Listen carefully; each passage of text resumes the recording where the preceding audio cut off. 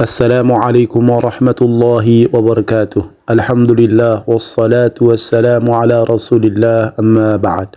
Jamaah yang dimuliakan Allah tabaraka wa taala, diriwayatkan oleh Imam Bukhari dari Abdullah bin Mas'ud radhiyallahu anhu bahwa Nabi alaihi salatu wassalam suatu ketika salat dekat Ka'bah, sementara Abu Jahal dan teman-temannya sedang duduk-duduk.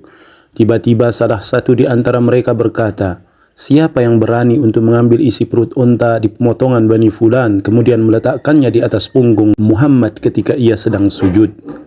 Akhirnya berdirilah orang yang paling jahat di antara mereka, yaitu Uqbah bin Abi Mu'id. Tidak lama kemudian, dia datang membawa kotoran itu dan menunggu hingga Nabi SAW sujud, lalu meletakkannya di atas punggungnya dan di antara pundaknya. Mereka melihatnya sambil tertawa, sementara saya, Ibnu Mas'ud radhiyallahu anhu, melihatnya dan tidak bisa berbuat apa-apa.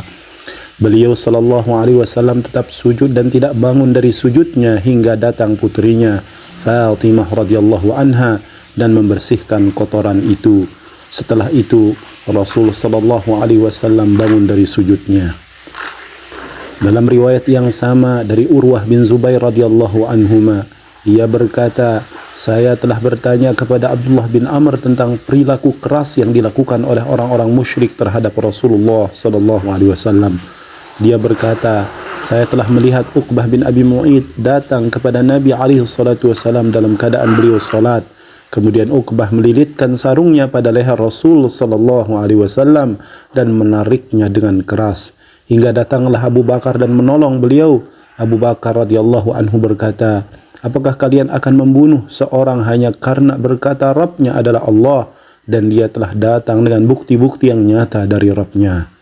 Jamaah yang dimuliakan Allah tabaraka wa taala, suatu ketika Abu Jahal menemukan Rasulullah sallallahu alaihi wasallam dalam keadaan salat. Dia mendatanginya dengan maksud menginjak pundak Rasulullah sallallahu alaihi wasallam. Tiba-tiba ia mundur sambil mengangkat tangannya karena ketakutan. Mereka yang hadir bertanya, "Apa wahai Abul Hakam?" Dia berkata, "Saya melihat di depan saya ada parit dari api, kengerian dan sayap-sayap yang menakutkan." Rasulullah sallallahu alaihi wasallam bersabda, "Seandainya dia mendekati saya, maka malaikat akan memotong-motong badannya." Jamaah yang dimuliakan Allah tabaraka wa taala, pelajaran penting yang bisa diambil.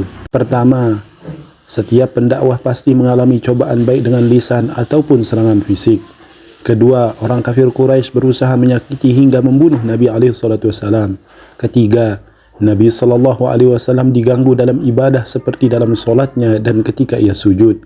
Keempat, Nabi SAW disakiti dengan diganggu dalam solat dengan cara dilempari berbagai kotoran dan benda yang menjijikkan. Kelima, Nabi SAW selalu bersabar dan akhirnya mendapatkan pertolongan Allah. Dan memang Nabi SAW akan terus mendapatkan pertolongan Allah dengan terlindung dari kejahatan Abu Jahal dan lainnya. Semoga bermanfaat. Assalamualaikum warahmatullahi wabarakatuh.